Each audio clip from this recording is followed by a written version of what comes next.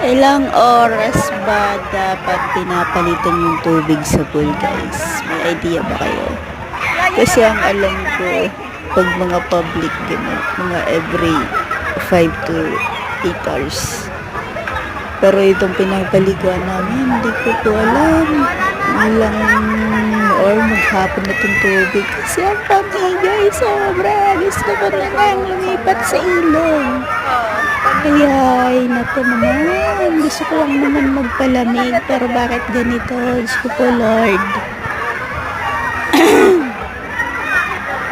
Wala na po kasing konting pool. So, nag-public na lang kami. Ito yung mas malapit sa amin.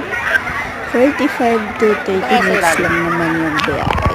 So, dito namin napili maligo. Hiyaan lang baga. Ang